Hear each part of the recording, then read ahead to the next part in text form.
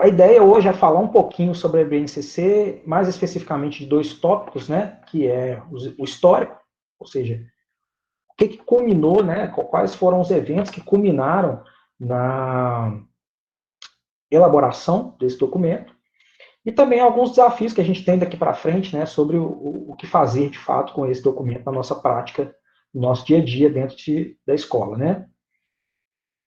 O roteiro aqui que eu vou trabalhar, eu vou começar falando especificamente do histórico, e aí frisar um pouquinho das ideias que orientaram a criação dos documentos, né. Depois a gente vai entrar um pouquinho na estrutura do documento em si, da BNCC, né, quais são as etapas que estão previstas dentro desse documento e os conteúdos em cada uma dessas etapas. Falar um pouquinho também da implementação, ou seja, como trazer esse documento aqui para dentro das escolas agora, né, o que a gente tem aí de desafios em relação a isso e algumas possibilidades. E, por fim, deixar aberta a palavra para a gente ter uma conversa. Entretanto, eu gostaria de deixar vocês à vontade, se durante a apresentação surgir alguma dúvida, alguém quiser fazer um comentário específico, não tem problema, pode abrir o microfone e pedir a palavra tranquilamente no decorrer da minha fala. Aí vocês podem me interromper sem problema nenhum, tá bom? Já adianto que não trago fórmulas mágicas, né? A gente sabe que na educação não existe isso, né? Não estou aqui com todas as respostas para as perguntas que vocês porventura tenham. Na verdade, a gente tem muito mais perguntas do que respostas em relação a isso. E vocês também conhecem muito melhor do que eu como é o ambiente aí dentro das escolas do município de Peçanha. E com certeza vão fazer uma leitura crítica que seja adaptada à realidade de vocês muito melhor do que qualquer explanação que eu possa vir a fazer, né? A ideia aqui é só compartilhar um pouquinho, né, da visão que eu tenho sobre alguns desses temas e a gente discutir e ver justamente possibilidades e trocas de conhecimento. Aqui, gente, está a nuvem de palavras criada pela resposta daquela perguntinha que vocês mandaram, que vocês responderam para mim aí, que eu mandei o link no chat, né? É uma ferramenta legal aqui que chama Mentimeter, que eu tenho usado muito aqui nas aulas, né, no campus.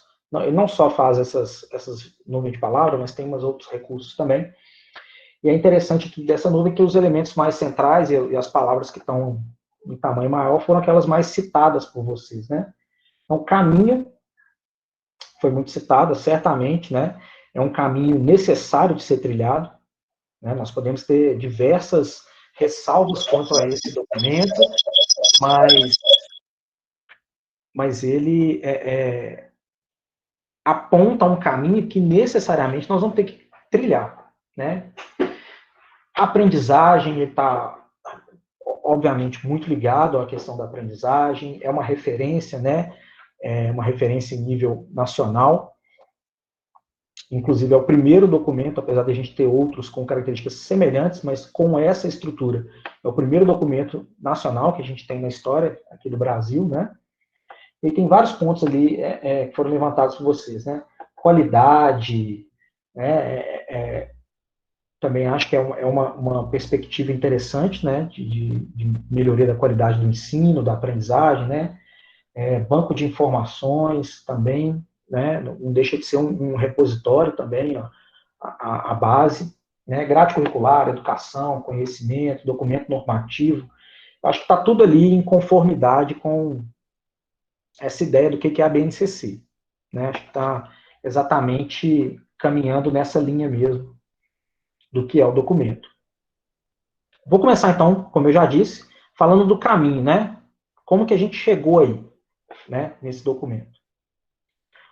A primeira menção que a gente tem sobre BNCC, sobre uma base nacional comum, é da Constituição Cidadã, a Constituição de 1988. Né? Ela vai falar lá no seu artigo 210 que serão fixados conteúdos mínimos para o ensino fundamental.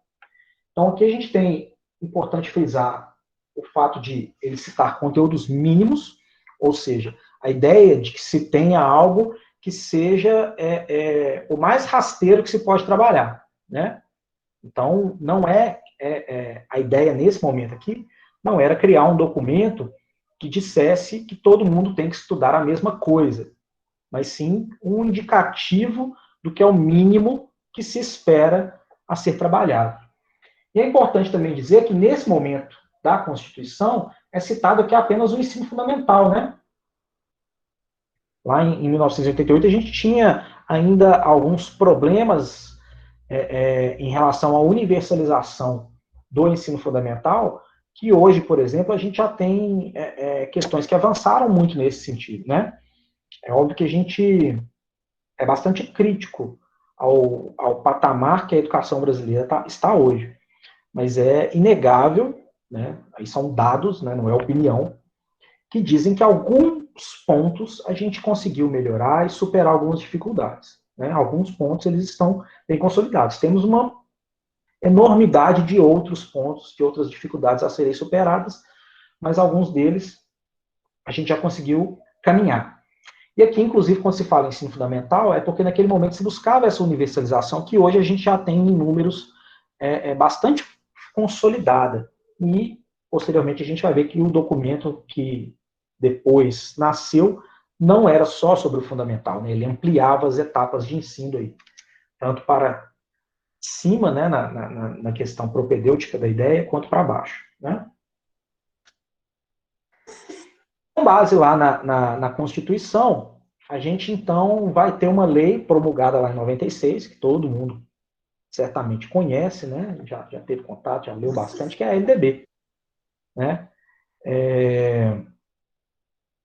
A LDB é a Lei 9394, que é a Lei de Diretrizes e Bases da Educação Nacional, que não é a primeira LDB, né? É a terceira LDB que o Brasil tem, mas é a primeira nesse período democrático aí, né? Pós-Constituição. E ela vai colocar lá no seu artigo 26, percebam que aqui já é 8 anos depois da Constituição, né? O tempo que se demorou para termos uma lei educacional no Brasil.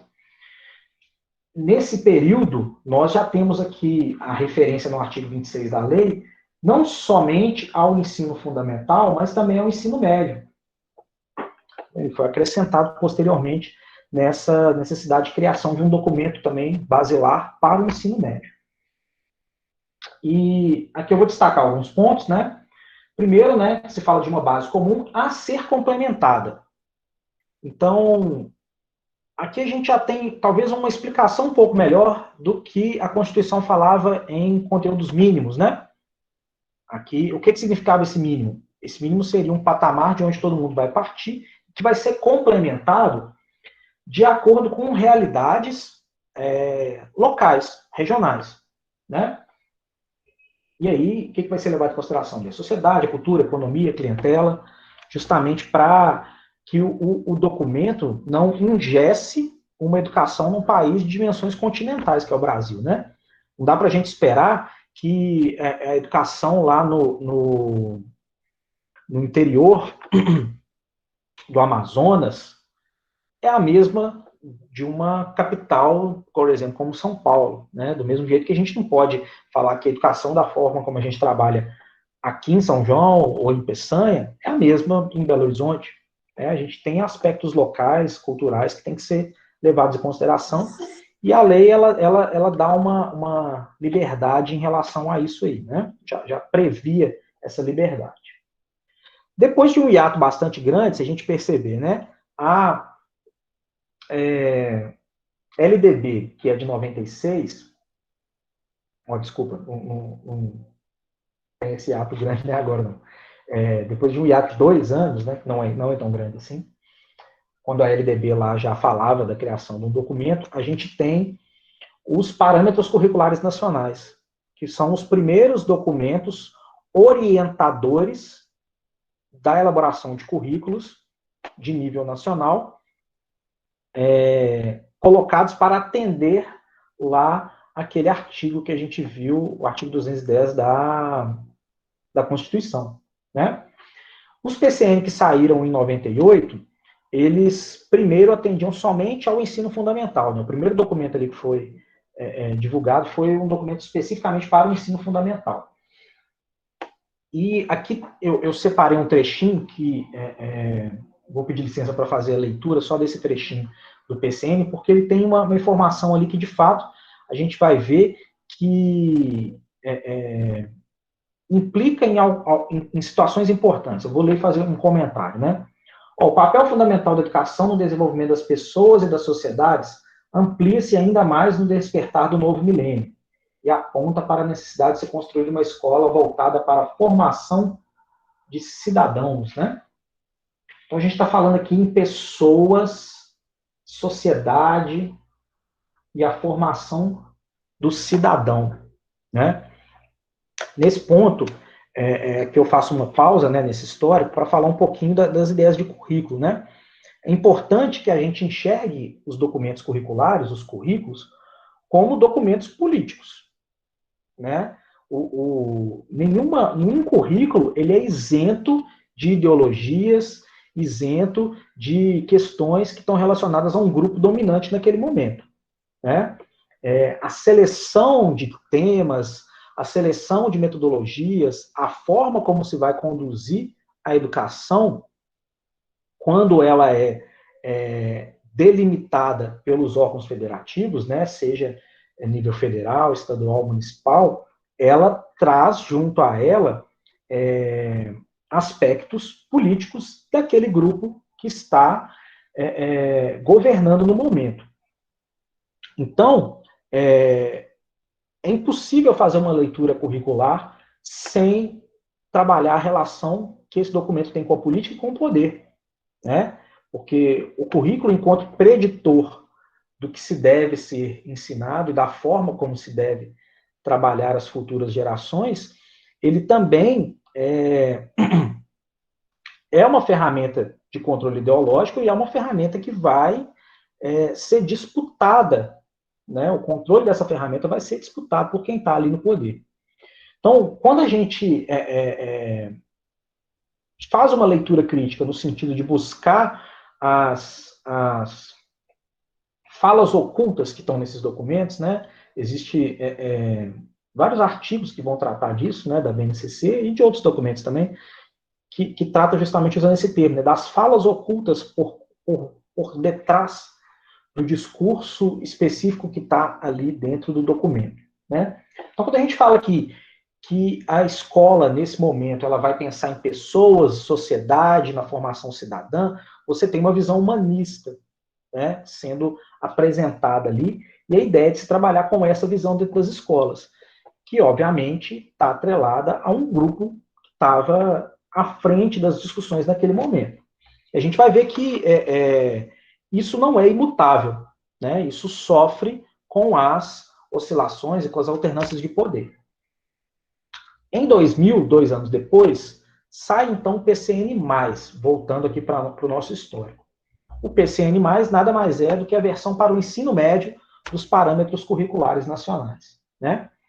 Percebam que aqui a gente já tem uma pequena mudança no discurso, porque aqui se coloca que o ensino médio no Brasil está mudando, a consolidação do Estado democrático, as novas tecnologias e a mudança na produção de bens, serviços e conhecimentos exigem que a escola possibilite aos alunos integrarem-se ao mundo contemporâneo nas dimensões fundamentais da cidadania, que é o que a gente já tinha visto anteriormente, né, a formação cidadã, e também agora aparece o trabalho, ou seja, a formação para o mercado de trabalho, a formação que vai trabalhar na produção de bens e serviços e conhecimento, ou seja, a formação para o trabalho, além da formação do cidadão, né? Além da formação da pessoa que vai atuar em sociedade, também a formação do trabalhador, né? Que é um aspecto específico desse convívio em sociedade. Então a gente vê que há uma mudança de discurso. Se a gente pegar em paralelo os documentos e os governos que propõem cada um desses documentos, a gente facilmente consegue enxergar os ideais e interesses que estão sendo colocados ali em cada um desses momentos, né? Importante também dizer, pessoal, que os PCN e a BNCC, que é o documento que a gente vai conversar mais para frente, apesar de serem semelhantes em alguns pontos, são documentos distintos enquanto finalidade de cada um deles. A Base Nacional Comum Curricular, ela é, de fato, um documento curricular. Ele é um documento com indicativo de conteúdos, metodologias, ideais, isso tudo está sendo colocado ali. Os PCN eram apenas parâmetros para a criação de currículos, ou seja, era um indicativo do que se poderia fazer, né? Mas eles não eram, eles não tinham a força de otorgar, né, de obrigar as instituições a trabalharem naqueles formatos, e não era um documento que se propunha a fazer isso também. Ele era uma série de orientações para a criação de currículos locais. E aí, como, por exemplo, a gente tem, né, os CBCs, né, o Currículo Básico Comum, que era o documento curricular do Estado de Minas Gerais e que perdurou aí por quase uns 20 anos, né, mais de 15 anos aí, o CBC era a nossa referência aqui no Estado de Minas, né?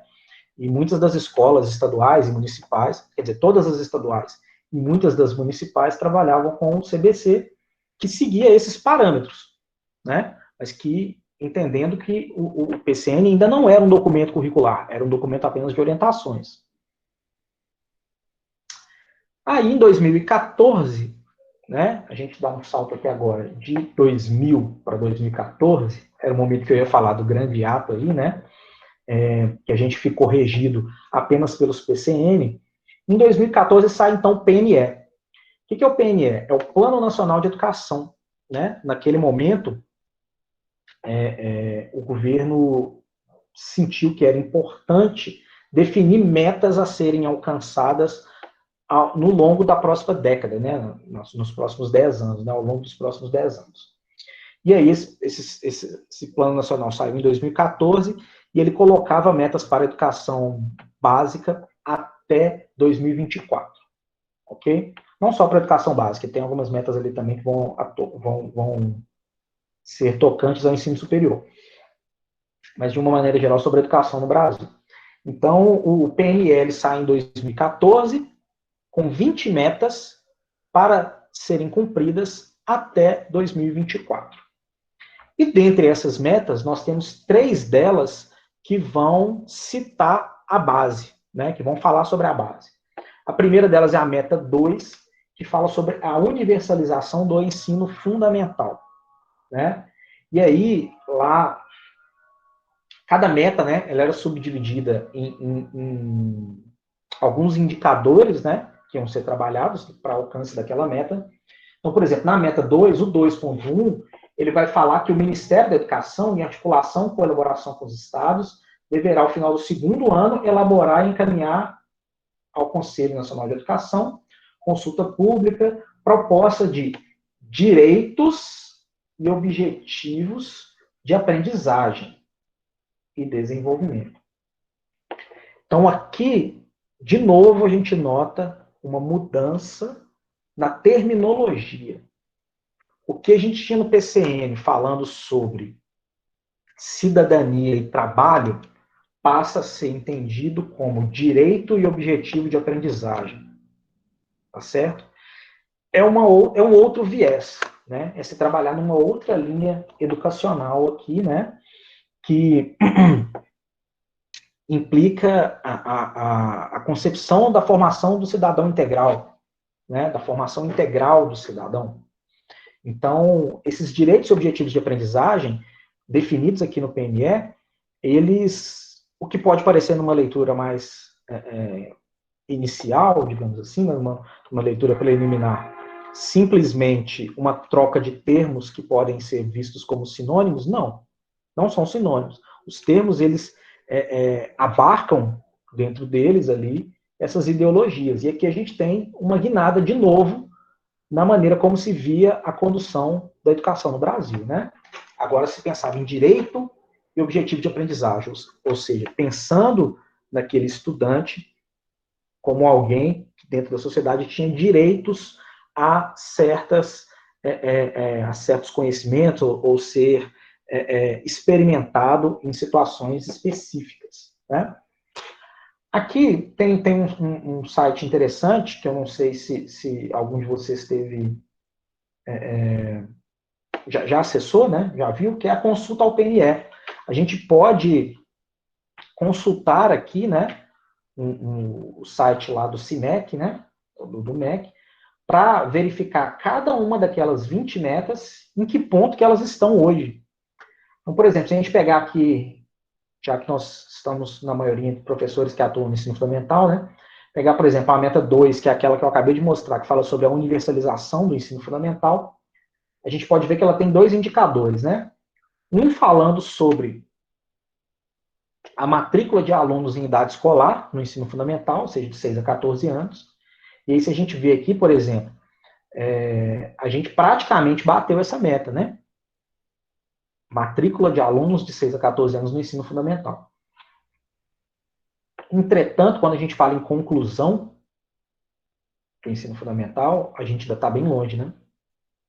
A meta era 95% e a gente está em 66,7%, né? 2/3 aí apenas os estudantes matriculados concluem o ensino fundamental, né? E o interessante aqui é que se pode fazer um recorte, né? Pegando o Brasil, aí Sudeste, Minas Gerais, mesorregião aqui, a nossa é do Vale do Mucuri, né? E se eu pegar, por exemplo, a cidade de Peçanha, eu consigo ver como está cada uma das cidades em relação a cada um desses indicadores aqui, né? Dessas metas. E, inclusive, é um bom subsídio para as secretarias municipais, né? Trabalharem, fazer o levantamento das áreas onde é necessário um maior engajamento, digamos assim, do setor público para a melhoria dos resultados. Voltando ao PNE, a gente tem a meta 3, que basicamente é a mesma coisa da meta 2, só que para a etapa de ensino nível médio, né? E, de novo, vai se falar aqui, né, em criar um documento, que esse documento tem que passar por uma consulta pública e que é um documento que vai garantir direitos de aprendizagem e desenvolvimento.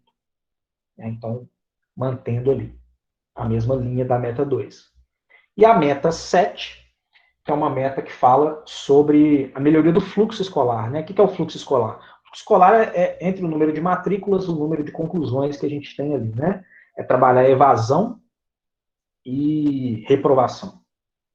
E aí, ligado a isso, está o IDEB, né? O IDEB, que é o Índice de Desenvolvimento da Escola Básica, que é um indicador ali que vai avaliar as escolas nas duas etapas ligadas ao ensino fundamental e na etapa do ensino médio, e que é um indicador que é calculado com base na prova Brasil, multiplicada por um fator que tem a ver justamente com o fluxo, né? Com a evasão e com a conclusão.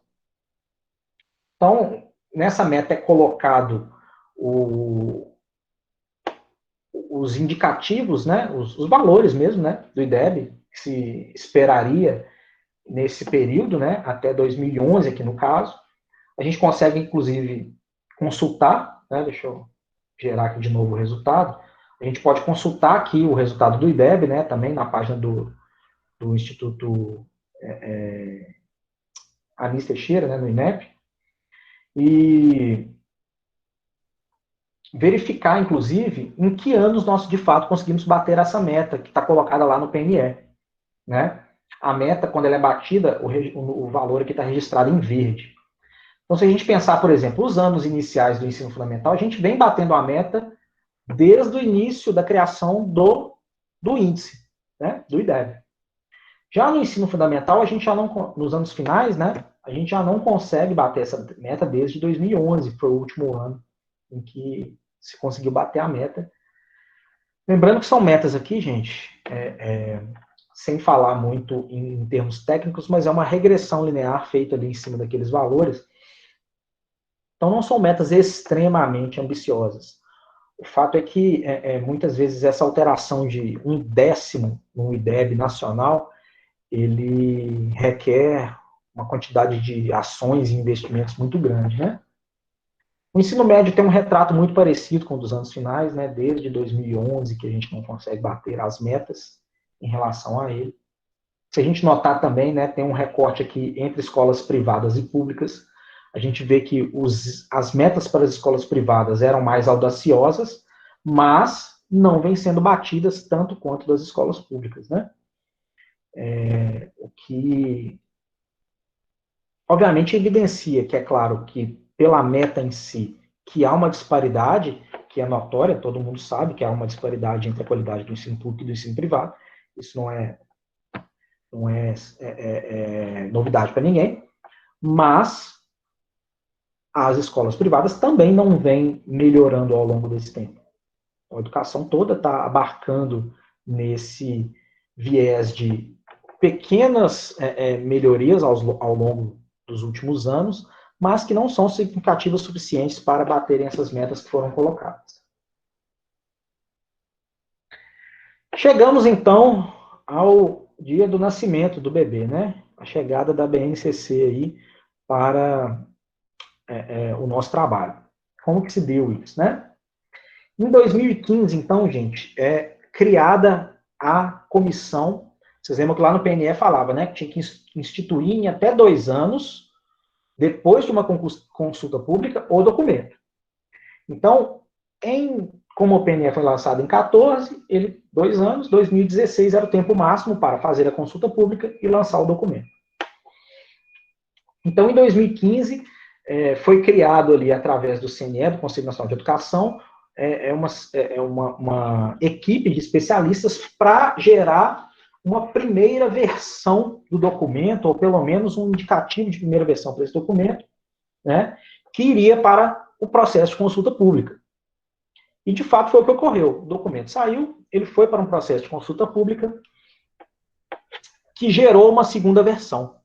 E essa segunda versão, à época, né, ela foi muito elogiada no sentido de que ela considerou muitas das contribuições feitas na consulta pública. O que é muito positivo, né, para uma gestão democrática da educação, né? Você notar que o documento foi alterado de forma significativa, levando em consideração tudo aquilo que foi apresentado. O volume de contribuições foi muito grande, mas eles foram levados em consideração, né? Isso trazia, obviamente, que um horizonte que parecia positivo naquele momento, né? Enfim, essa segunda versão ela foi seguida de uma série de seminários estaduais, né? Eu lembro que eu participei de um seminário estadual lá na cidade administrativa sobre a BNCC em 2016. E aí fecharam a segunda etapa da consulta pública para fazer uma sistematização do que foi colocado ali.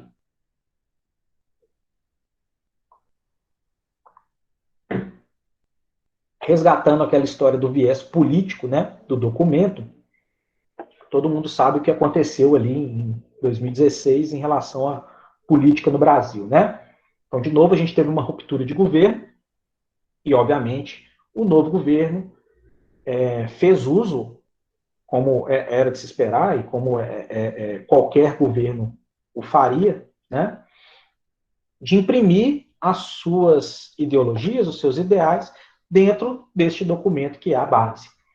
E aí, no fim dessa consulta de 2016, em 2017 sai a terceira versão da BNCC e, para a surpresa de muitos, também bastante modificada, mas agora com novos atores atuando dentro desse panorama de criação do documento, né? A gente vê que muitas entidades da sociedade civil participaram de maneira direta e indireta na criação do documento. Então você vê um crescimento muito grande do poder de fala e do poder de influência dentro do governo de instituições como a Fundação Lemã, o Instituto Bradesco, o Instituto Unibanco, o Instituto Ayrton Senna, diversas ONGs, né, ligadas à educação, né, e que de uma forma ou de outra estão ali desempenhando um papel de porta-voz de certos ideais educacionais, eles passaram a ter uma voz mais ativa dentro da construção do documento, que nesse período de 16 a 17, entre o fechamento da última consulta pública e a terceira versão, ela foi fortemente influenciada por esses novos atores que entraram em cena, né? Existe uma série de pesquisas, não estou tratando aqui com questões de opinião, tá, gente? Não é uma opinião minha. Uma série de pesquisas em que a gente pode ver documentos destas instituições pré-BNCC, dos quais trechos, algumas vezes até integrais, passaram a compor a BNCC posteriormente, né? E aí a gente tem também uma proposta ali que foi implementada pelo governo naquele momento, que era a reforma do ensino médio, né? O novo ensino médio, que ele também tem influência da BNCC, obviamente. Tanto que, quando sai a terceira versão, essa terceira versão sai só para o ensino fundamental e para a educação infantil, né? Então, a BNCC que ela vai contemplar a educação infantil, antes chamada pré-escola, o ensino fundamental, mas o ensino médio não sai naquele primeiro momento. Por quê? Porque precisaria de uma nova roupagem para que dentro da BNCC do ensino médio fosse possível enxergar a proposta de reforma do ensino médio, né, que posteriormente virou a Lei 3.145, que é a lei do novo ensino médio aí. E, finalmente, em 2018, sai a versão final, que é a versão que tem educação infantil, ensino fundamental e ensino médio, completinho, que é a versão que a gente tem hoje como oficial e que foi promulgada, né, que virou lei. Em 2018, então, dá-se início ao processo de divulgar essa base, e é um período que as secretarias de educação, tanto estaduais quanto municipais, ao terem contato com esse documento, passam a fazer análises para uma futura elaboração ou reelaboração dos seus documentos, né? Dos documentos curriculares dos estados e dos municípios, né? Esses documentos estaduais e municipais, a expectativa que se tinha lá, né, é que em 2018 eles já chegassem para consultas públicas. De fato, não foi o que aconteceu, né? A gente sabe que esses documentos demoraram um pouco a sair, tanto porque a própria base também demorou, né? Também ela saiu tardia. Se não me engano, eu não sei se eu estou cometendo um ato falho aqui, mas eu acho que foi em outubro de 18 que ela saiu, então ela já saiu aí bem para o fim do ano, né? Com isso, o que se esperava? O que se tinha de horizonte naquele momento, né? Que até 2020 seria finalizada essa reestruturação dos currículos estaduais e municipais para que os PPPs, né, os projetos políticos pedagógicos das escolas, passassem então a fazer essa adequação. Então, tá vendo? Ela sai lá do governo federal, vai para as instâncias estaduais e municipais, e esse processo deveria chegar às escolas. A gente sabe que 2020, né, foi um ano atípico para todos nós, em que pouco se conseguiu avançar em quase tudo, né? Então, obviamente, a gente não conseguiu cumprir, né? O Brasil como um todo não conseguiu cumprir essa previsão. E a gente começa, né, esse ano de 2021, acho até extremamente válida, né, a Secretaria de Peçanha já pensar um pouco nisso, com a retomada dessas discussões para que esse documento chegue às escolas e tenha impacto na sala de aula. Então, esse foi o caminho, né, até agora, que nós trilhamos para que esse documento fosse homologado, para que esse documento, de fato, se tornasse lei. E aí, ao contrário dos PCN, agora a gente tem uma base comum, né? Uma base comum, que é o ponto de onde iremos partir para consolidar e buscar melhorias na educação nos próximos anos. E o que esse documento tem de pressupostos pedagógicos, né? No final das contas, essa alternância de poder, essa troca de nomenclaturas, essas visões, elas geraram o que no final, né? O que prevaleceu no documento final? O documento final, ele é pautado na pedagogia de competências e habilidades, né? Que ela vem um pouquinho se contrapor àquela ideia anterior dos documentos, principalmente os que foram gerados a partir dos PCN, que era conteúdos, habilidades. né? Quem trabalhou aqui com o CBC, que era aquele currículo do Estado, né? Lembra que ele vinha bem compartimentado, né? Você tinha um conteúdo a ser trabalhado e do lado qual a habilidade que devia ser desenvolvida com aquele conteúdo. Mas era um caminho muito encaixotado, né? No sentido de que você tem os conteúdos separados ali dentro das suas caixinhas e ao trabalhar aqueles conteúdos, você quer que os alunos desenvolvam aquelas habilidades.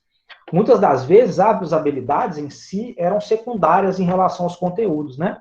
Aquela questão de temos que finalizar o programa, né? Não importa o que aconteça, mas a gente tem que terminar o livro didático, a gente tem que terminar o currículo, né? Que estava sendo organizado para aquele ano.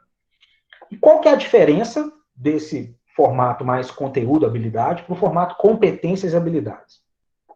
O formato de competências e habilidades, ele está ligado a uma visão de formação para o trabalho, em que as competências, elas vão ser os conhecimentos gerais que esses estudantes devem desenvolver, e as habilidades são as construções desse conhecimento para que eles virem, para que eles possam ser aplicados em questões práticas, né? Questões práticas do dia a dia, questões práticas do ambiente de sala de aula, mas essa dualidade, esse binômio, né, usando o termo matemático, esse binômio, competências e habilidades, ele está ligado à transformação de conhecimento em ação, o que é um claro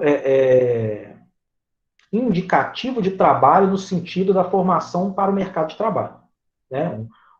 Trabalhar, formar o estudante para atuação no mercado de trabalho. E você vê que realmente, nesse texto aqui que é da BNCC, né, a BNCC define aí o que é a mobilização de conhecimentos, que são as competências, né, e o que são as habilidades, e para que a gente vai fazer isso, né, desenvolver competências e habilidades? Para a cidadania, que é aquela ideia da formação mais humanística, e o mercado de trabalho, tá vendo? O mundo do trabalho. Então a gente retoma uma conversa que estava lá atrás, que era formar para o mercado de trabalho. Depois essa conversa muda de figura quando a gente tem o Plano Nacional de Educação, que era uma formação mais do cidadão integral, né, uma formação integral do cidadão.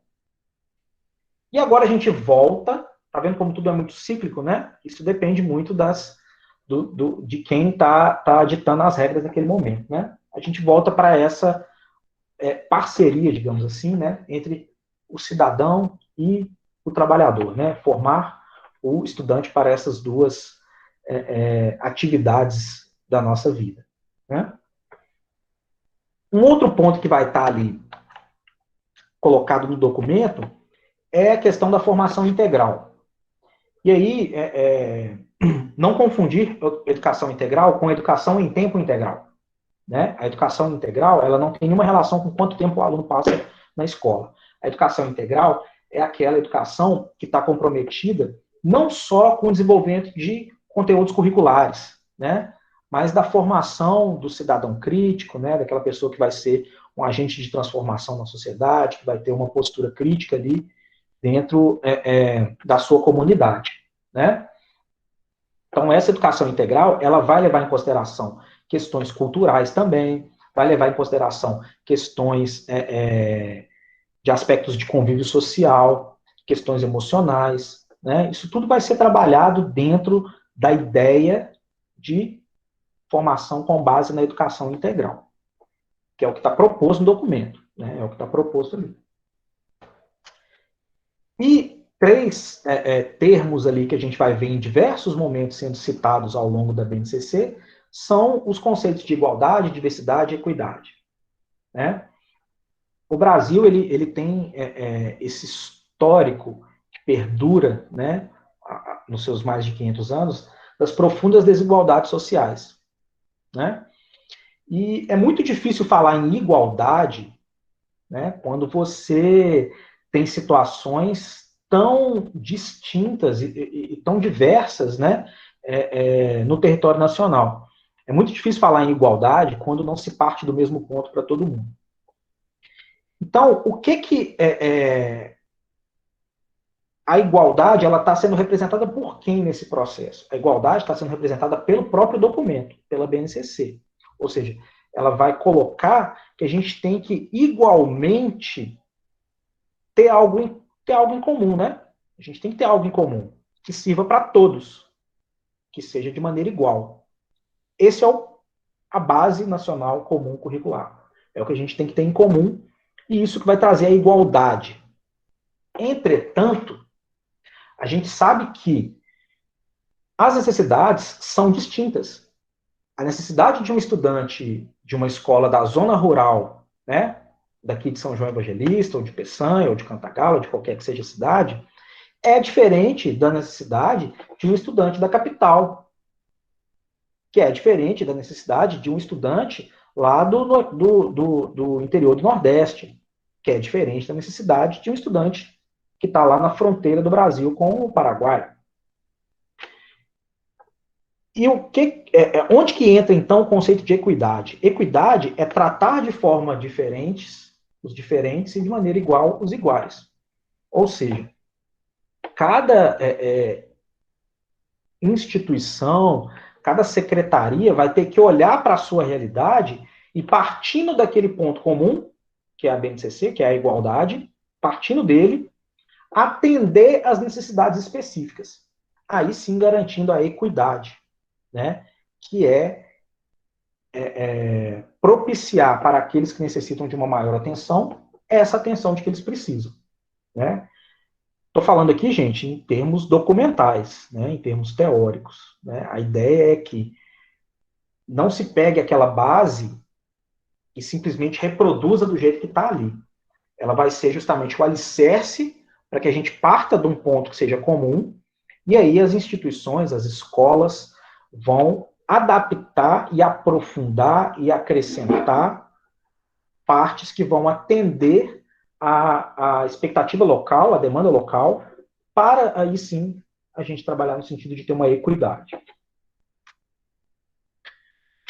Chegamos agora na estrutura, né?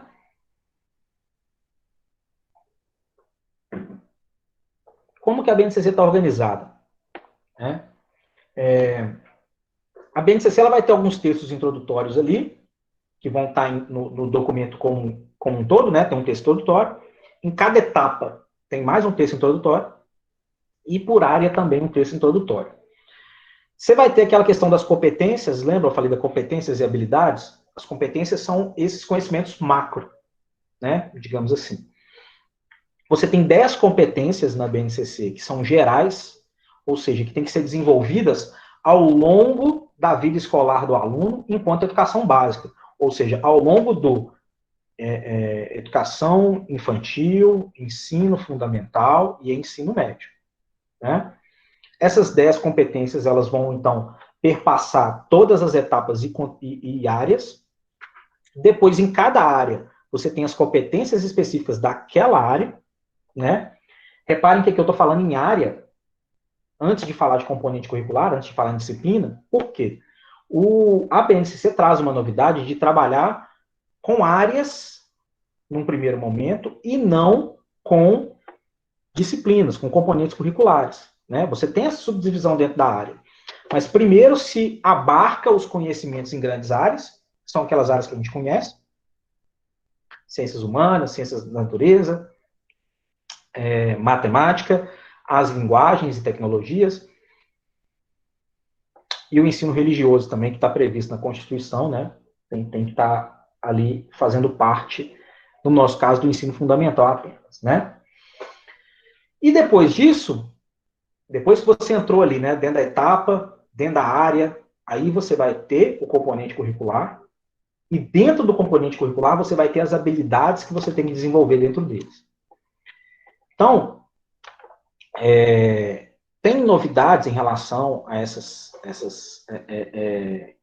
estrutura? Tem em relação a essa questão das áreas, e dentro da construção das habilidades também existem algumas novidades, sim. Daqui a pouco eu vou entrar um pouquinho nisso.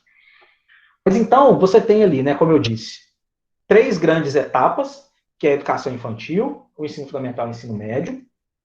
A educação infantil, ela não está subdividida em áreas, né? ela vai trabalhar com o conceito aqui dos direitos de aprendizagem e dos campos de experiência.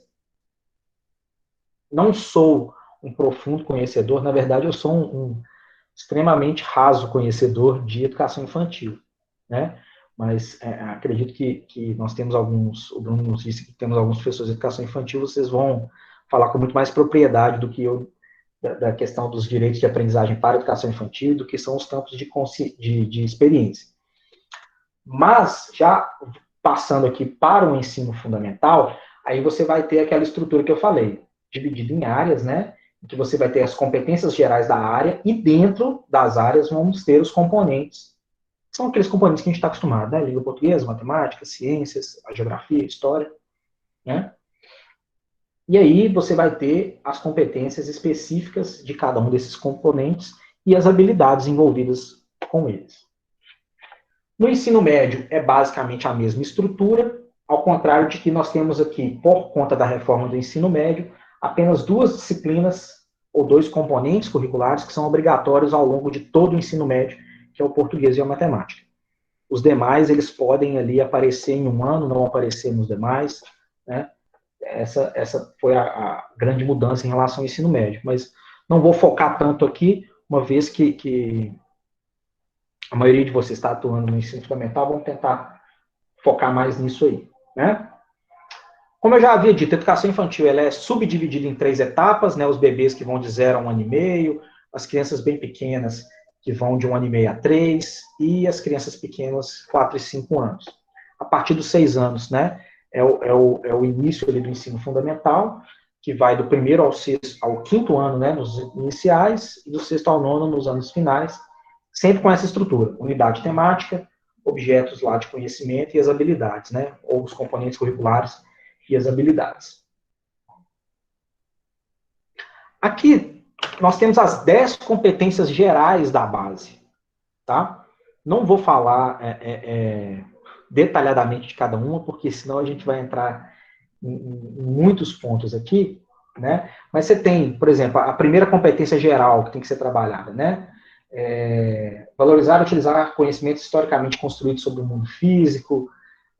A segunda, exercitar a curiosidade intelectual, ou seja, trabalhar com situações de resolução de problemas, de investigação, que é um foco muito presente na BNCC em todas as áreas.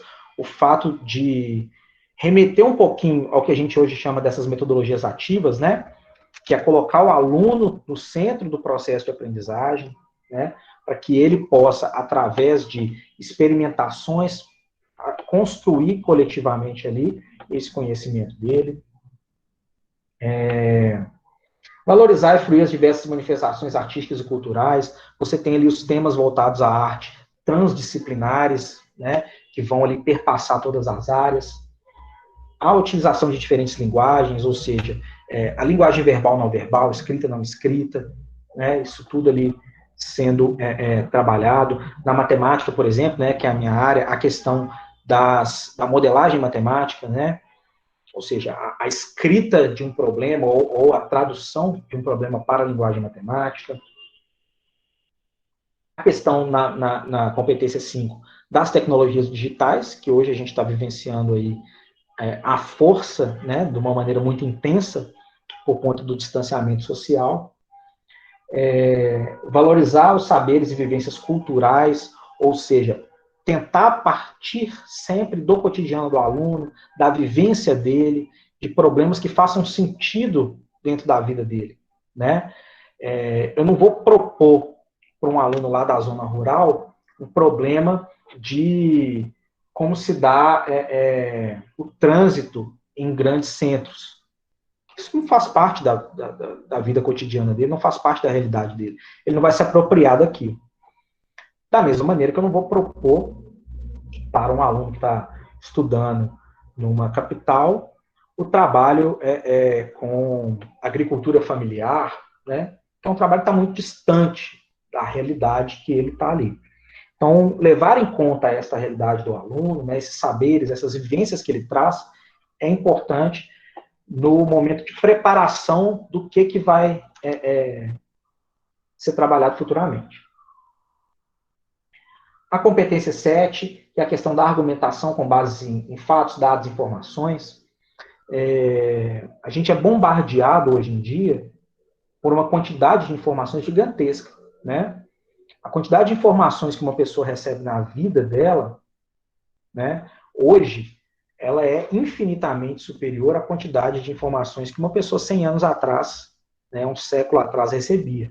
Hoje, qualquer coisa que você quiser saber, se eu quero saber aqui, por exemplo,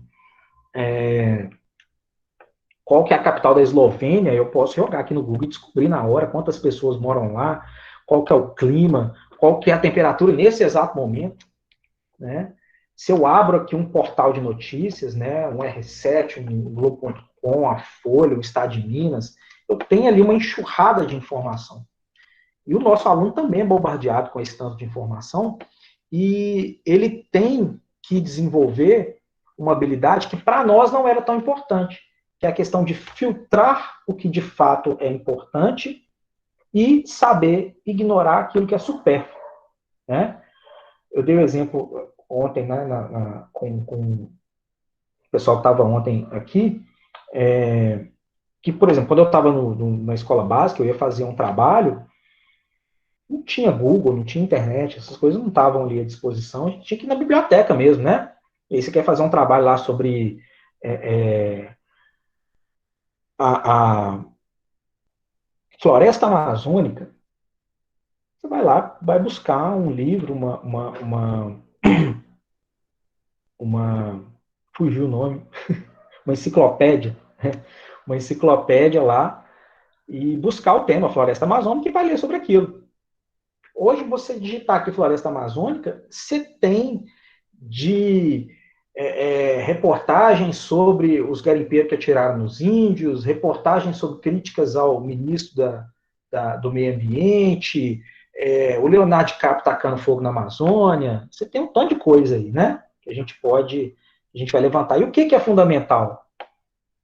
A gente tem que preparar o aluno para fazer essa separação, né? Conseguir ter contato com essa massa de informações e filtrar o que de fato é importante, né? As questões de saúde física e emocional, né, de serem trabalhadas aqui, naquela ideia de formação integral, né? Tem que estar pautado também nessas questões de saúde física e de saúde emocional.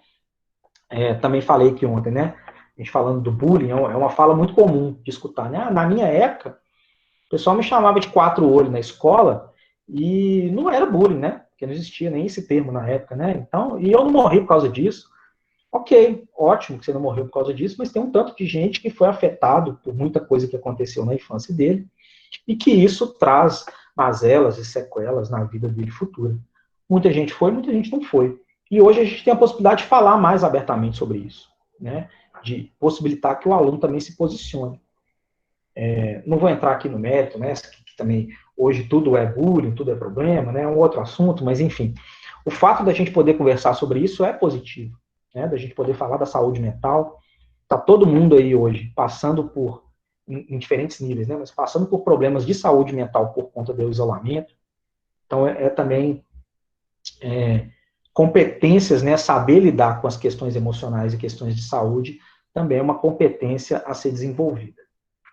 E por fim, né, nas competências 9 e 10, a questão do viver em sociedade, de exercitar empatia, o diálogo, né, resolução de conflitos, cooperação.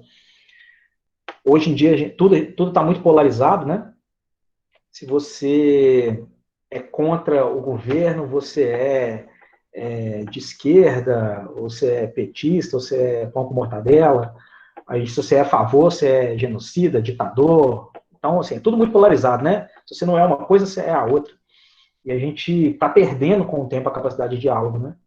A capacidade de entender que o outro realmente pode tomar decisões diferentes da sua, né? Se ele tiver uma argumentação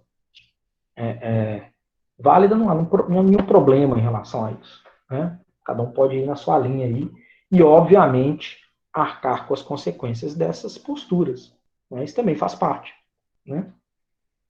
E a última, né, agir pessoal e coletivamente com autonomia, responsabilidade, flexibilidade, todas aí questões também voltadas a essa formação integral, questões de vida em sociedade.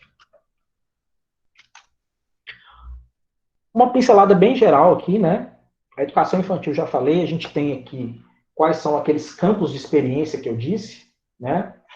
O eu, o outro e nós, corpo, gesto e movimentos, traços, sons e cores, escuta, fala, pensamento e imaginação, espaço, tempos, quantidades, relações e transformações, né? Dentro daqueles direitos de aprendizagem, conviver, brincar, participar, explorar, expressar, se conhecer.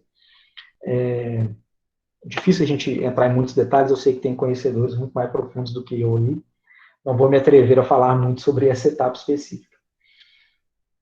No ensino fundamental, já havia adiantado para vocês, aqui é aquela estruturação em áreas, né? Linguagens, matemática, natureza, humanas e o ensino religioso. E dentro de cada uma das áreas, os componentes curriculares, que é aquilo que a gente está acostumado há alguns anos. E é interessante também que no ensino fundamental ainda se mantém aquela estrutura anual e sequencial. Ou seja, para a. Vamos pegar aqui, por exemplo, a área de linguagens no componente arte. Para a área de linguagem componente arte, você tem lá no primeiro ano tem que ser trabalhado, no segundo, terceiro, quarto, até o nono. Tudo compartimentado, tal qual a gente se acostumou a trabalhar aí ao longo da nossa experiência no ensino. Né? Em contrapartida, quando a gente passa para o ensino médio, a proposta para o ensino médio não é mais uma proposta sequencial. Então, se eu pego aqui, por exemplo, a área matemática, o componente matemática, no ensino médio, ele não está dividido entre primeiro, segundo e terceiro ano. Ele está dividido em blocos, como se fossem blocos de Lego, né, que a gente pode montá-los na ordem que a gente achar que é mais adequada para a realidade na qual ela vai ser inserida e vai ser trabalhada. Então, o ensino médio já traz uma ruptura diferente do ensino fundamental, né? Que ainda mantém o sequenciamento anual, já o ensino médio não. Ele permite ajustes de uma maneira muito mais fluida e menos compartimentada do que a ideia proposta lá para o fundamental. E aí, agora já finalizando a minha fala, né? O que a gente tem de desafios aí, né? Daqui para frente para implementar esse documento, né?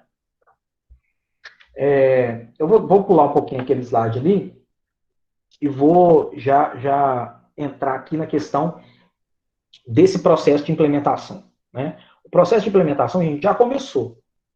Como eu disse, depois que a BNCC foi homologada em 2018, de lá para cá, as secretarias estaduais já iniciaram as discussões. No caso específico de Minas Gerais, a Secretaria de Estado de Educação daqui de Minas, né, ela já gerou os documentos de currículo referência para a educação infantil e fundamental, já estão aprovados desde o ano de 2019, se não me engano, né? E mês passado, agora em abril, também já saiu o currículo referência de Minas Gerais para o ensino médio. Ele teve uma etapa, o do ensino médio específico, do ensino fundamental, não sei falar isso, não acompanhei tão de perto, mas, por exemplo, o ensino médio, ele teve uma etapa de consulta pública, né, foi feita a conversa com diversas entidades educacionais. Por exemplo, nós aqui do campus, né, alguns professores participaram, né, de reuniões sobre o currículo de referência de Minas do ensino médio, inclusive vários pontos que nós discutimos, a gente conseguiu enxergar no produto final. Então, da parte da matemática, não posso dizer sobre o documento todo, né, aquela que eu tive um contato maior com o processo, foi um processo bastante democrático. E o currículo de referência de Minas, por ser alicerçado na BNCC, né, ele já está dentro dessa ótica da BNCC, ele conseguiu, partindo daquele ponto, lembra da igualdade, tentar acrescentar situações, tentar acrescentar informações que vão ser úteis à próxima etapa, que é ir para a escola. Né? Então, por exemplo, lá no currículo referência de Minas, além das competências e habilidades, a gente tem muita referência a possibilidades de atividades, possibilidades de abordagens, discussões de metodologias. Então, é um documento que, pelo menos na minha visão, óbvio que assim, todo documento aqui a gente pode achar pontos de discordância, pontos que talvez ainda não estão no campo do ideal, né? Não sei nem se existe esse ideal. Mas é um documento bastante interessante e que é uma ferramenta muito boa de auxílio ao professor. E nesse quesito específico, né, de auxiliar o professor, ele avança mais do que a BNCC, né? Ele parte da BNCC e vai além, que é aquela ideia mesmo que a gente já tinha falado, de tentar trabalhar aí no sentido da busca da equidade, né? E nas escolas, né? Saindo da esfera estadual, e nas escolas? Nas escolas, algumas das ações eu acho que são fundamentais, né? Formação de professores e gestores, ou seja, a gente tem que se capacitar.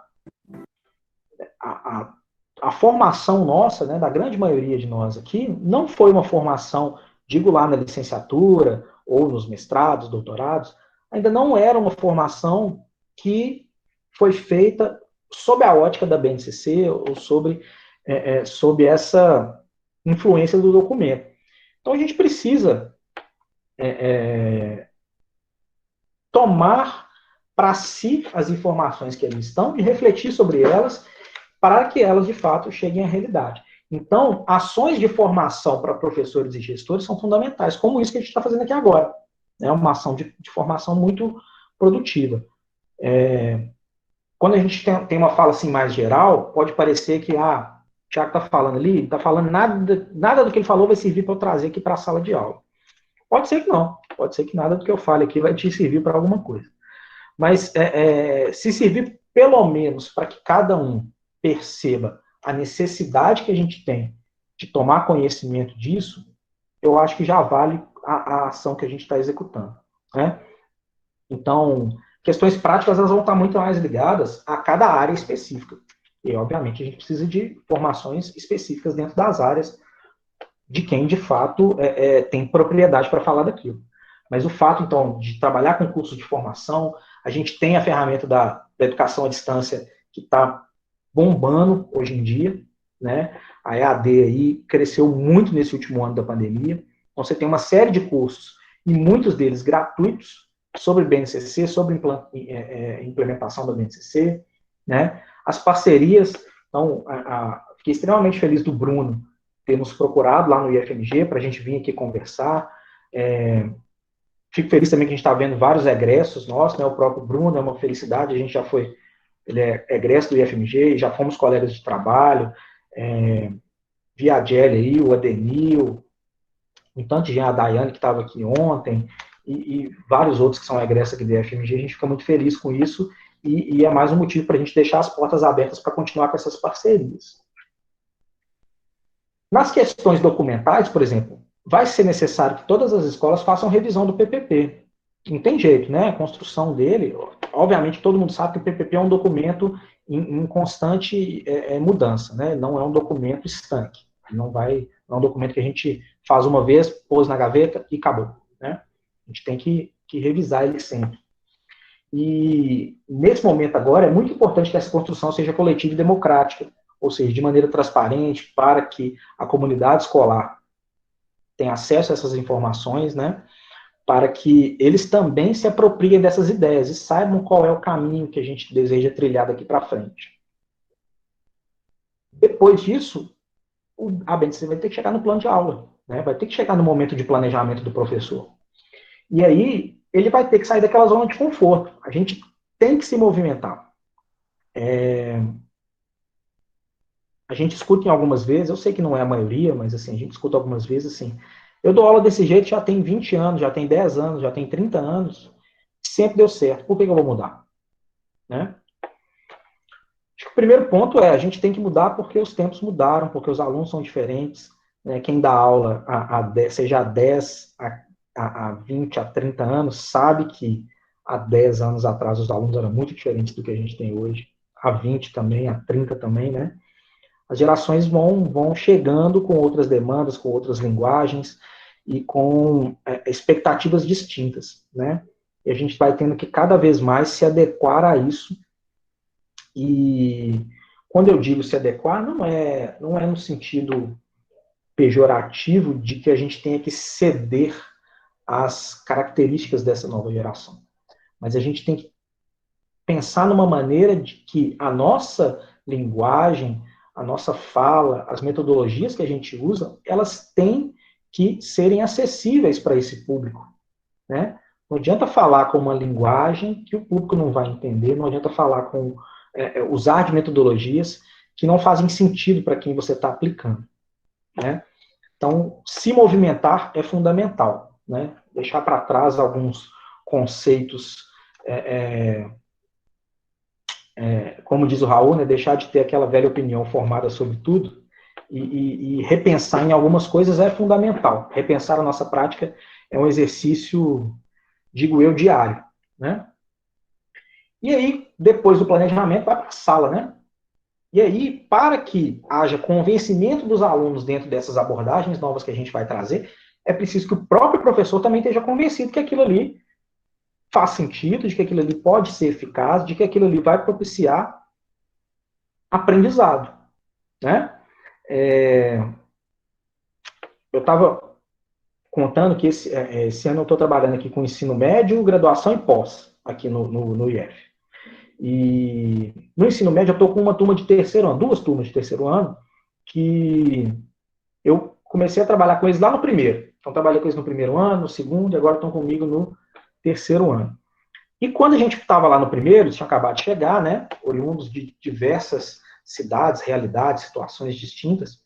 Eu gosto muito de trabalhar na matemática com esse viés de investigação e resolução de problemas. Então, muitas das vezes, a primeira aula sobre um determinado tema era sentar em grupo e resolver algumas situações que eu colocava para eles. E nesse primeiro ano, eu escutei muito assim, não, professor, mas qual que é o conteúdo? Qual que é o conteúdo dessa matéria? Sobre o que é essa atividade? Eu falei, não sei, a atividade é sobre resolver esse problema. Ah, não, professor, mas eu prefiro quando você explica a matéria primeiro e depois você dá o exercício. Para mim é mais fácil. Será? Ou será que é simplesmente que ele veio ali de uma formação de 9 anos de ensino fundamental, toda pautada nesse viés dito um pouco mais tradicional, que é a questão de conteúdo, exemplos, exercício, avaliação. E depois a gente volta lá no começo, né? Conteúdo, exemplos, exercício, avaliação. Quando o aluno está acostumado há 9 anos a trabalhar daquele jeito, e se para ele deu certo, ele acha que realmente para ele é melhor daquele jeito. Hoje a gente já trabalha, depois de 3 anos, né, no terceiro ano aí que eu estou com eles, a gente consegue trabalhar com tranquilidade, usando diversas abordagens diferentes, e não há mais o estranhamento. Por quê? Porque eu estava convencido desde o começo que aquilo ali ia ter efeito positivo. Então eu soube vender meu peixe, né? Eu estava convencido, então eu falei assim, não, eu vou convencer eles que é legal. E foi fácil? Não, foi não, é difícil, a gente vai ter que se reinventando. Muitas das coisas que você programa não dão certo de uma primeira vez. A questão da fórmula mágica, né? Você vai lá e aplica uma atividade numa turma, sucesso. Você sai de lá rindo até aqui, né? Nossa, hoje eu fui o cara, né? A aula foi excelente, assim, todo mundo aprendeu. Você vai na sala do lado e aplica a mesma atividade, tudo errado. Então, educação é isso, né? Lidar com gente, lidar com pessoas, com formação de pessoas, a gente tem todos esses desafios.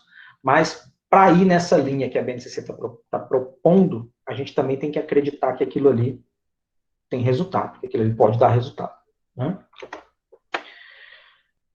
Por fim, eu vou indicar aqui para vocês alguns locais onde vocês podem procurar por cursos e mais informações, que eu acho que tem uma infinidade, né? Tem uma quantidade muito grande de opções, mas vou indicar alguns legais. Por exemplo, o site da BNCC é um site legal da gente navegar, porque a gente tem aqui, além propriamente da base em si, né, do documento, que ele pode ser tirado em PDF, aquele documento na íntegra, 500 e tantas páginas. Você pode tirar em planilha, por exemplo, isso aqui é só a parte de matemática do 9º ano. Tem como você gerar aqui uma planilha do Excel que sai só a matemática do 9º ano para você ir se programando ali. É um recurso legal que está aqui dentro. Implementação, né? Tem muito material de apoio aqui para fazer as discussões dentro da escola, como ajudar a comunidade escolar, né, a se apropriar da base. Então, o site da base tem muito mais do que só o documento em si. O AvaMec, que é o ambiente virtual de aprendizagem do MEC, que ele é elaborado pela Universidade Federal de Goiás, em parceria com o Ministério da Educação, e que tem um tanto de curso, todos gratuitos EAD. Né? Quer dizer, não sei se são todos EAD, não. A grande maioria é, mas todos são gratuitos. E se a gente pegar aqui, por exemplo, e digitar aqui, ó, BNCC. Um tanto aqui, ó. Tem alguns que estão com turma encerrada, mas tem uns outros aqui abertos ainda. Ó. BNCC para gestão, para os anos iniciais, para matemática no ensino médio, para educação infantil, para linguagens. Tá vendo? Tem muito curso aqui, todos de muita qualidade, obviamente, estão ali avalizados pelo MEC, né? O site do Currículo Referência de Minas, onde vocês podem ver tanto os documentos, né, o currículo de referência do ensino fundamental e educação infantil, o do ensino médio, que eu falei que foi homologado mês passado, né, em abril desse ano. Tem algumas indicações de curso de formação aqui, né, o CBC, que é aquele antigo, né, e algumas outras coisas. É um site que vale a pena dar uma mexida nele também. Tem o site do Movimento pela Base, que é um site que eu indico com ressalvas, mas eu acho que se a gente souber o que está fazendo, ele é um bom site. Por que eu indico com ressalvas, né? Movimento pela Base é um site de um movimento que foi criado por organizações não governamentais, né, da sociedade civil aí, que visam defender a base, né, e propiciar com que ela seja amplamente discutida e aplicada dentro das escolas, né? Vou fazer o advogado diabo aqui, vir no Quem Somos, só para vocês darem uma olhada aqui no conselho, né? Tem aqui Fundação Roberto Marinho, Instituto Ayrton Senna, Instituto Unibanco, Fundação Lemã. É aquele mesmo pessoal que eu falei que estava ali sentadinho junto com o governo no momento que a base estava sendo criada, né? Mas eles têm, não é por isso que a gente vai demonizar, né? A gente tem que saber, tudo ali pode ter qualidade, tem muita coisa de qualidade aqui. Tem essa aba para implementar, que tem umas trilhas aqui, que vão falar, ó, como implementar a BNCC no ensino fundamental, na educação infantil, no ensino médio, como fazer o desenvolvimento integral, e aí tem material em apostila, tem material de vídeo. É um site que tem coisas legais também, tá? E por último, fazer uma propaganda da casa, né? Vender o nosso peixe. A plataforma Mais IFMG, que é a plataforma de cursos online livres, né? Grátis, do Instituto Federal, em que você tem aqui uma série de cursos, por exemplo, na área de educação, tem em diversas áreas, tá? Não é só educação, não, mas na área de educação, todos também gratuitos e à distância, né? Tem um curso da BNCC que está em andamento, ele ainda não está disponível, mas daqui a pouco ele vai estar. Mas tem aqui, ó, tecnologia na educação, educação inclusiva, Moodle, e um tanto de outras coisas aqui, né? Estatística, que é uma área que eu gosto muito também. É uma plataforma legal, que tem cursos muito interessantes.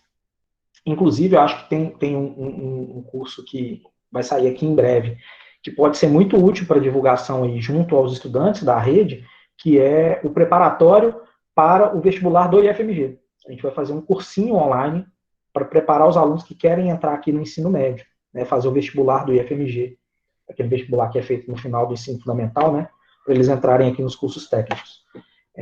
Nos próximos meses, eu acredito que até mais ou menos junho, julho, acho que julho, ele vai estar pronto para ser disponibilizado aí, gratuito também, de todas as áreas, da área de português, de matemática, de ciências e de humanidades. Acho que é isso. Agora eu vou devolver a palavra para o Bruno aí, se ele quiser organizar, se alguém tiver alguma contribuição, quiser fazer alguma pergunta, estou à disposição de vocês. Professor Tiago, muito obrigado mais uma vez. Eu vou deixar a palavra, então, se alguém tiver alguma observação, professora Vanilde, levantou a mão aí. Pode falar, professora.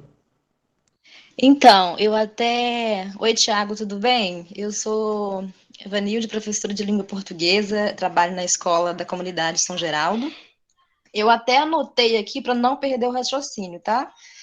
Mas eu tenho uma dúvida exatamente sobre essas competências digitais que você falou aí na BNCC, né? Eu também já tinha um conhecimento delas previamente. E eu vou fazer a minha pergunta, vou tentar aqui resumir tudo, né, que eu fui captando aqui da sua palestra, muito boa, por sinal.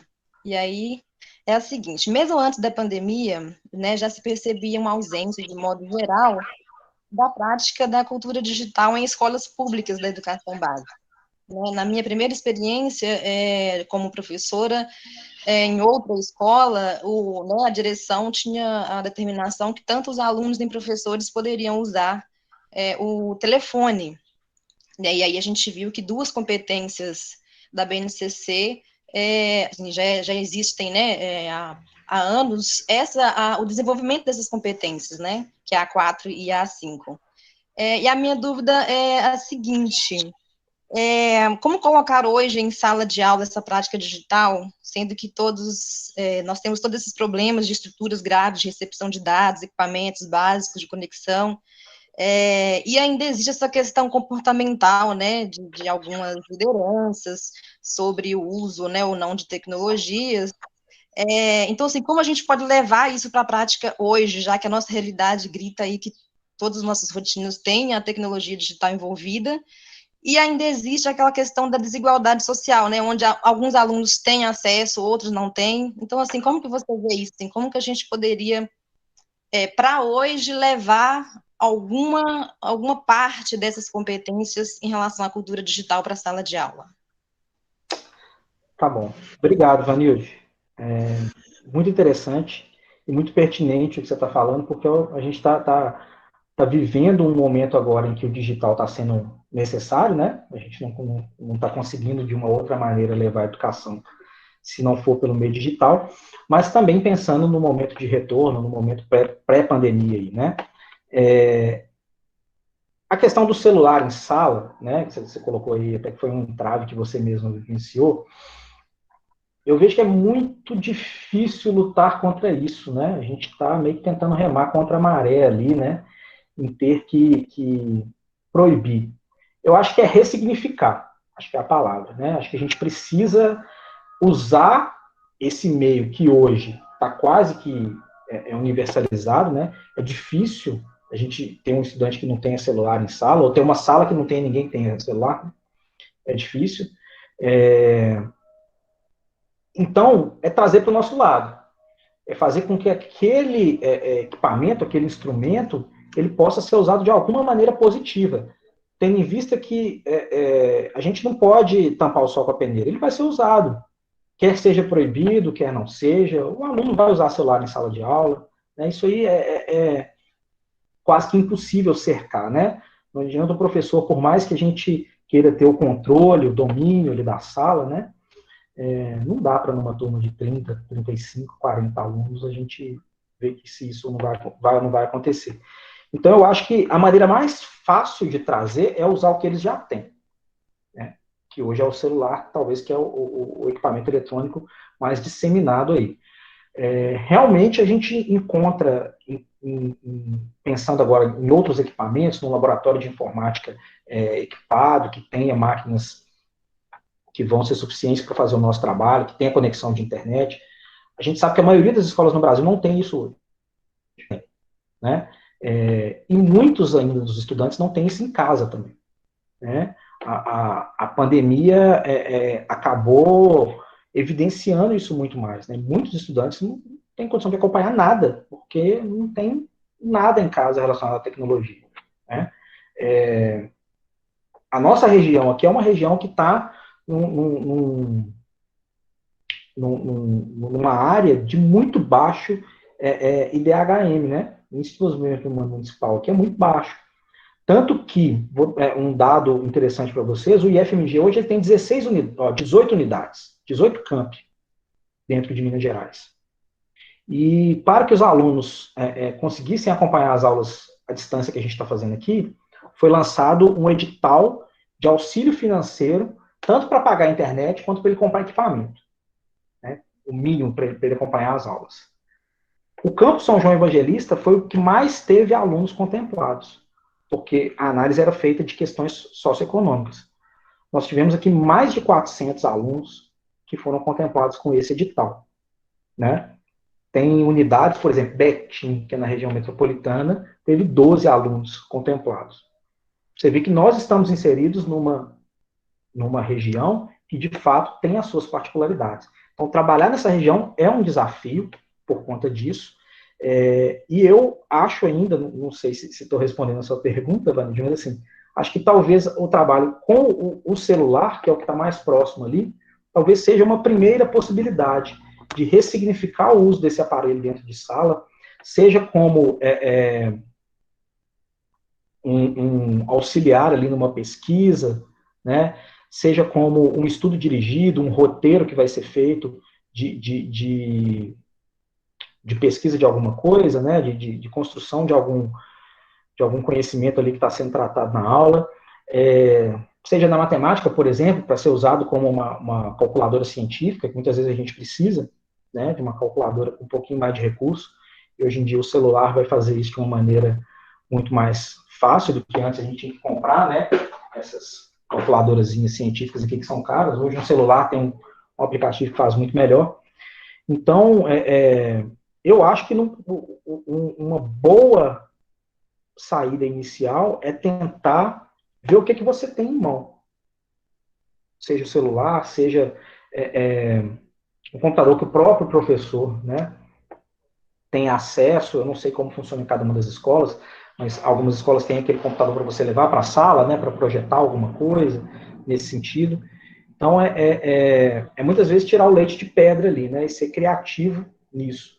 Mas a questão da inserção destas mídias digitais e desses equipamentos, eu acho que é um caminho sem volta. Não tem como pensar em educação hoje sem tecnologia, né? A gente pode demorar um pouquinho para que essa tecnologia seja igual para todos, né? Para que tenhamos a equidade. Agora, a igualdade já tem, acesso todo mundo tem, né? Assim, felizmente, alguns, por questões financeiras, não conseguem, mas, assim, acesso todo mundo tem, essas questões tecnológicas.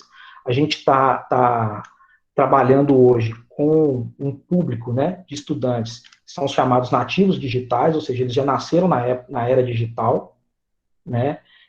Eu nasci numa era que não tinha computador para todo mundo, que internet muito menos, né? Estudei numa época que não tinha isso, então eu tive que me adequar, né? Eu sou um imigrante digital, né? Um termo da literatura aí, né? Que migrou para isso, para essa situação. Mas acho que é um bom caminho. Não sei se eu te respondi, mas acho que é mais ou menos por aí. Obrigada, hein, Thiago. Na verdade, é assim, a gente tem né, a percepção semelhante, porque eu acredito que o desafio maior não é de uma escola em específico, é a questão mesmo de que a nossa realidade, por incrível que pareça, tem escolas que não têm, né, acesso à internet, né, e não falo só da que eu trabalho hoje, eu já trabalhei em outras que também não tinha, né, tem essa questão da infraestrutura, de equipamento.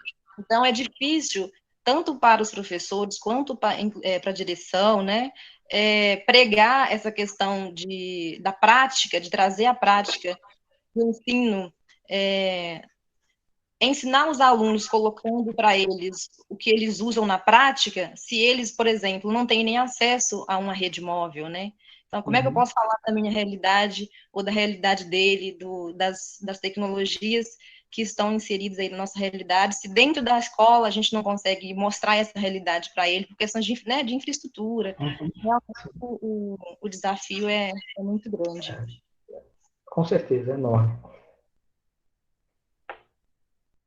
Mas obrigada, hein, Thiago? Nada. Obrigado a você. Tiago, continuando aqui, pessoal, mais alguém tem alguma questão a levantar? Pode levantar a mão aí ou abrir o microfone também, não tem problema.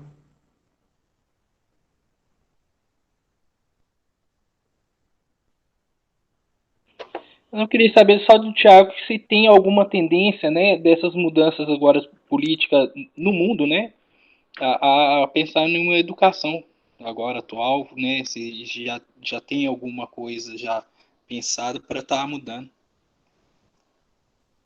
Você fala em termos mais globais, assim, Wellington? E isso, globais e também locais, né, acho que se dá um parecer total. Então, a gente tem vivenciado aí, tem visto, né, uma série de ações educacionais ocorrendo ao longo do mundo, né, ao redor do mundo, na verdade, indicando algumas coisas de tendência mesmo de educação.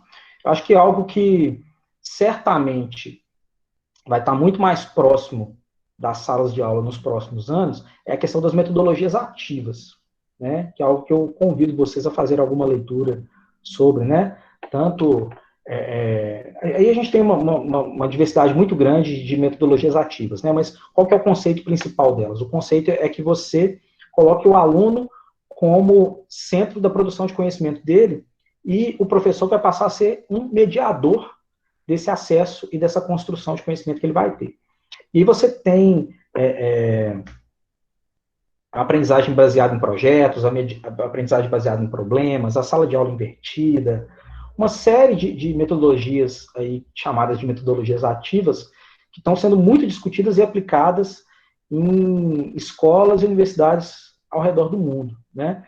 Eu acho que essa é uma tendência que veio para ficar, né? Eu acho que esse trabalho ali, centralizado no professor na frente da sala, em que ele é um transmissor das suas ideias, e os alunos são agentes passivos, que são receptores, eu acho que essa ideia já está começando a ficar muito arcaica. Eu acho que essa ideia tende a ficar obsoleta em alguns anos. Acredito que um dos pontos que mais vai crescer é isso. O outro, né, já indo também fazendo a ligação com o que a Vanilde disse, a questão da utilização das tecnologias em sala de aula. A gente tem as nossas particularidades em relação às desigualdades sociais, que vão empacar um pouco a evolução nesse ponto aqui no Brasil, né? A gente não vai conseguir evoluir tanto quanto a gente gostaria, mas nesse período agora de pandemia, eu acredito que muitas saídas estão sendo pensadas em relação a essa questão das tecnologias, e acho que elas vieram para ficar também, né? Acho que a gente vai cada vez mais fazer uso dessas tecnologias, né? Cada vez mais elas vão estar presentes dentro de sala de aula como um recurso a mais, né? Mas eu gosto sempre de dizer também, quando a gente fala de tecnologias, que por melhor que seja a ferramenta que você está usando, por melhor que seja o computador, a internet de altíssima velocidade, nada substitui o fator humano, né? Continuamos precisando de bons professores para fazer uma boa educação. Isso aí nunca vai mudar, né? Acho que o que não muda é isso, né? As metodologias e as ferramentas vão mudar. E acho que essas duas, Wellington, são dois pontos que estão aparecendo muito em pesquisas de âmbito global, assim. Acho que a gente vai cada vez mais ouvir falar sobre isso.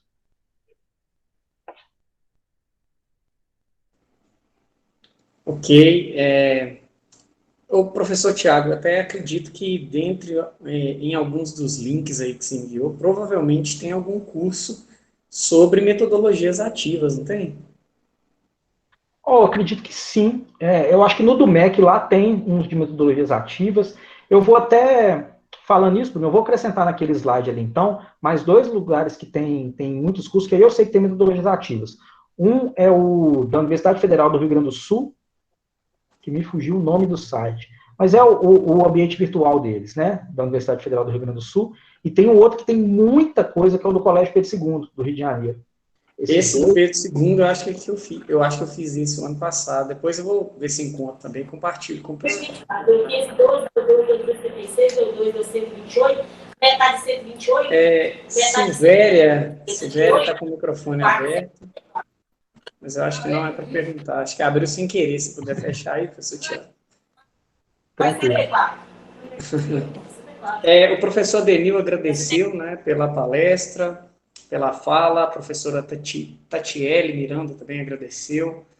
a professora Patrícia, a Vanilde enfatizou aí o curso de Tecnologias Digitais na Educação da Universidade Federal do Ceará. Pessoal, mais alguma pergunta aí para o professor Tiago, mais alguma observação? O Márcio agradeceu, disse que o professor Tiago tirou, né, as dúvidas dele. Bom, não tendo, pessoal, eu gostaria de, mais uma vez, agradecer o professor Tiago pela disponibilidade, né, por ter nos atendido com tanto carinho, né, no momento em que solicitamos aí essa palestra, né, e foi, assim, professor, esclarecedor, né, mais uma vez ressalto, participei ontem e hoje, e apesar da palestra, né, ter sido conduzido, vamos dizer assim, sobre uma mesma ótica, mas mesmo assim, nós tivemos, eu posso dizer que eu aprendi mais hoje também, até do que ontem, né? Um dia complementou o outro, vamos assim dizer, então foi muito bom. Então, em nome da secretaria, eu quero agradecer mais uma vez, né? Dizer que nós nos colocamos à disposição também do IF, queremos continuar a parceria, então sempre quando for, né, necessário, a gente vai solicitar vocês novamente aí, tá bom? Agradeço ao professor, agradeço a todos os colegas que estão aqui presentes, e a gente encerra por aqui, né, esse primeiro momento nosso de conversa, e esperamos, né, ter outros deste. Bruno, muito obrigado. Agradecer de novo aí, né, a você e a Fernanda que estavam participando aí também, e a Angelina ontem. Reiterar que estamos à disposição e desejar, pessoal, para vocês aí um excelente ano de trabalho, né, que a gente sabe que são muitas das dificuldades, mas a gente pode se ajudar, tá? Em momento nenhum a gente vem aqui com respostas para todas as perguntas, com verdades absolutas, está aqui para trocar informação, e coloquei até meu e-mail aí nesse slide final, quem quiser me mandar alguma coisa, tiver procurar um indicativo de onde buscar mais informações, ou quiser também colaborar, estou totalmente disponível, tá? Um excelente trabalho para vocês, uma excelente semana, tudo de bom, fiquem bem aí, que a gente saia dessa situação o mais rápido possível, né?